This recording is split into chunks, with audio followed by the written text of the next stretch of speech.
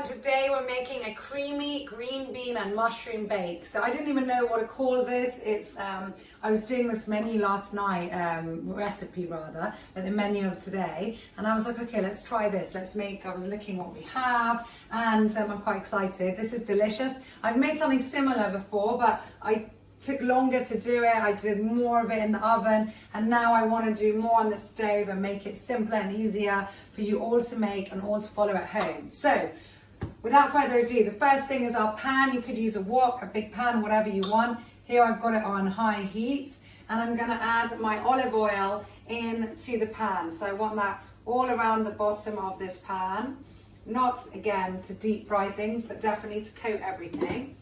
Get my wooden spoon out, and I'm going to start off with a medium-sized onion that has been sliced. It's nice to slice it, guys, don't dice. Throw that in, and 2 roughly chopped cloves of garlic. Okay, so I'll put that in there.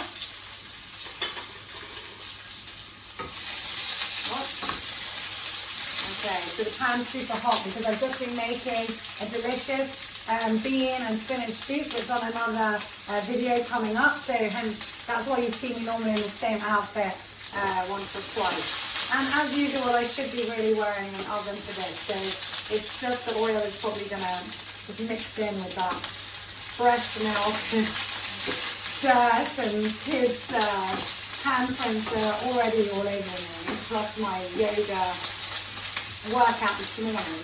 So this is all being done. Look, it's already bronzing really nicely on this hot stove and in this delicious olive oil. So I'm just going to turn that over a couple more times. I love this smell. Okay, so now that that's been sauteed and it's already bronzed, I'm going to add in my green beans. Now look how many green beans we have. So this is a good 4 huge handfuls. Oh, I'm dropping it on the floor. There we go.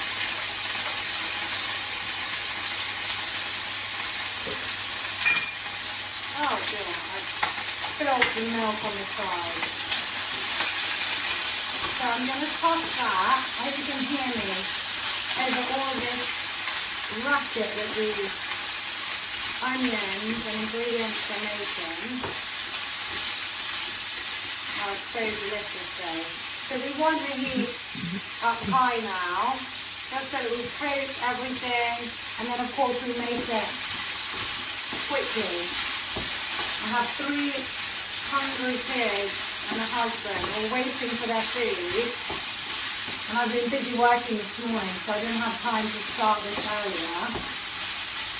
And that's what I love. That's the secret of most of my recipes, is that they're quick. You can do it all yourself. They're healthy.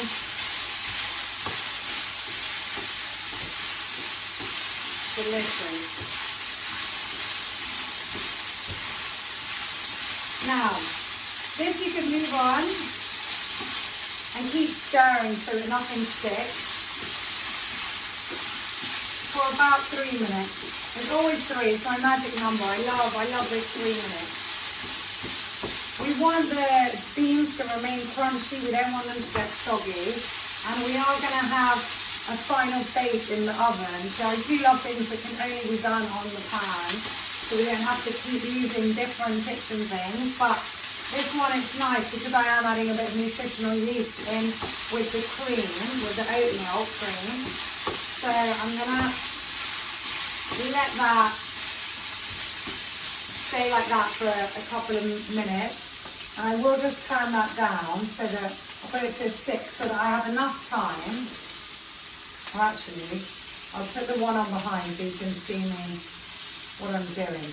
So now we're going to make the cream while this is all being cooked. So I'll put,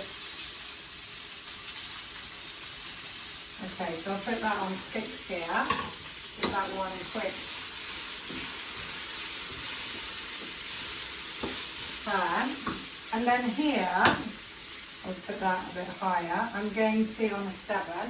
Oh, what's remaining of my milk, I just knocked that. So I have here 1.5 cups of oat milk. Just eggnog that you'd use normally to drink from the carton. I just spilled some, so I might just add a little bit more. Give me 1 second. Here we go. Add a dash there. Okay, so I stick to the recipe. Okay, and as that starts to warm, I'm going to add my 2 tablespoons here of cornstarch, so just to make that into a slightly thicker sauce. And I'll show you in a second when that's ready. So as soon as that starts heating up the milk, we add in our cornstarch. I've got my really fun whisk here. It's also a bit like a spring. And I'm just stirring that constantly so that we don't get any lumps with this. And I'm also using my other hand here to toss over the green beans. Okay. So as I constantly stir that, I have here 10 button mushrooms. So I haven't peeled these, I've just washed them, and they're all various sizes. And I'm going to add those now because these have been in long enough. We've got my love that thickened now. Okay, perfect. Off with the one hand like this, and the other hand toss those around. There we go. Okay, so this is called multitasking now. As many of you ladies know, I shouldn't say that. There's lots of men watching this. We always tease men, they weren't born multitaskers, but many of you are, and I know many women who can't. But so yeah, this is fun now, but definitely not something you could do if you've got a baby in the one hand. So if necessary, you could actually make this creamy sauce a little bit earlier. So I'm still stirring that, and now it's starting. Yeah, it's starting. Oh, my language to thicken. There you go. You can see. Delicious. Perfect. Perfect. Perfect. And I'm going to keep on stirring that. Keep on stirring this as well. Whew.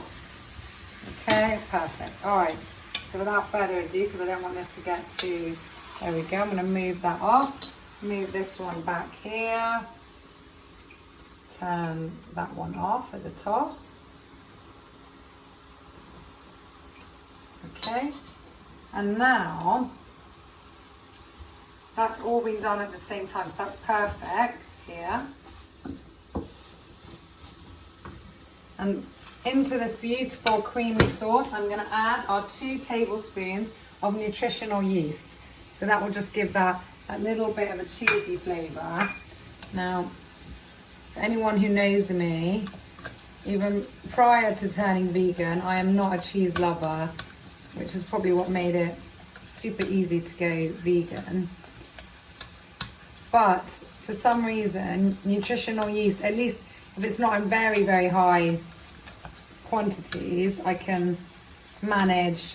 I personally don't find it too, I don't know what it was about real cow's cheese that really put me off. But anyway, so maybe I was born to be a vegan, because that is the hardest thing. A lot of people say they could give up meat, or they do give up meat, but they just can't seem to give up cheese, because of course it is addictive, for those of you who don't know, and it hits the same receptors in the brain that drugs do. So anyway, right, so I digress. Now I put that there, and my final ingredient is delicious fresh basil leaves from our garden. You can of course buy fresh from many supermarkets.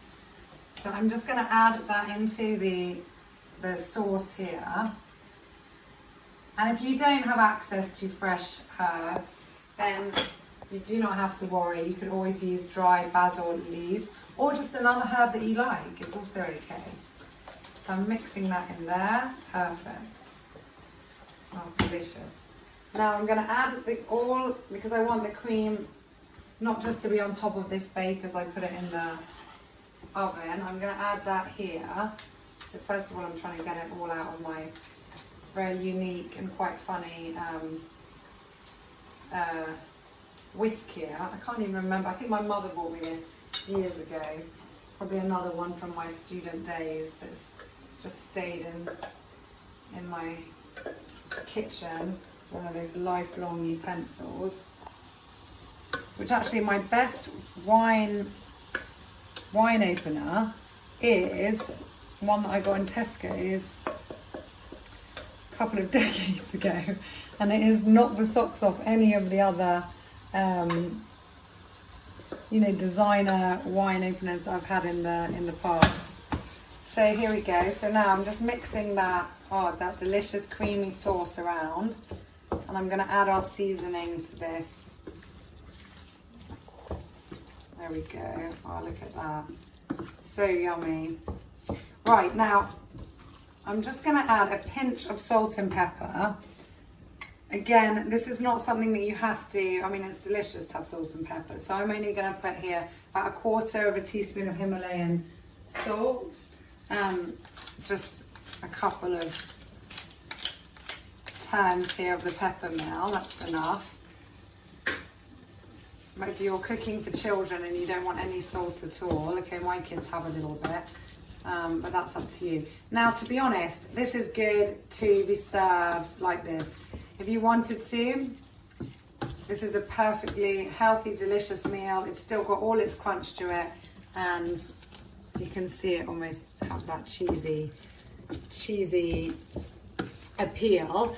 However, we're going to put ours in the oven just at 160, only for about 10 minutes, just to really make sure that that's all cooked nicely, and then it really becomes like a bake. So I'm just going to transfer that into, I've got my handy cameraman here, thank you my dear, helping me out. So, I don't want to knock over any of these bowls. So I'm just going to transfer that into here. Actually, I probably won't do that on film because I'll make a mess. And I'm going to put that in the oven at 160 for 10 minutes, and then I'll show you what it's like when it's done. But again, remember, if you are in a rush and your kids are hungry, you can feed them this from now. I've just taken this out of the oven now. Personally, we left this on for only 8 minutes because our oven was preheated the whole time I was chatting to you. And also you can see I put it in quite a large Pyrex. If you've got a smaller one so it's thicker, then you can leave it in for 10 minutes. If you've spread it out a bit thinner, then I'd say 8 is just fine, because you don't want it to become too dry. You still want that beautiful soft texture. And we're going to serve this with the quinoa that I made yesterday. That's on another video, so do check that out as well. Quinoa with vegetables definitely will make your quinoa so much more interesting than plain boiled and boring. So I hope you've enjoyed this video, and I hope you enjoyed making this. If you do, let me know your thoughts, put your comments below, and do subscribe to Cook Vegan YouTube channel. I've also got a Facebook group out. It's been out for 6 months now, and it's nearly 5,000 members, so be part of that journey too, and make sure you subscribe to this channel. I really thank you for tuning in with me, and I'll see you all really soon. Bon appetit!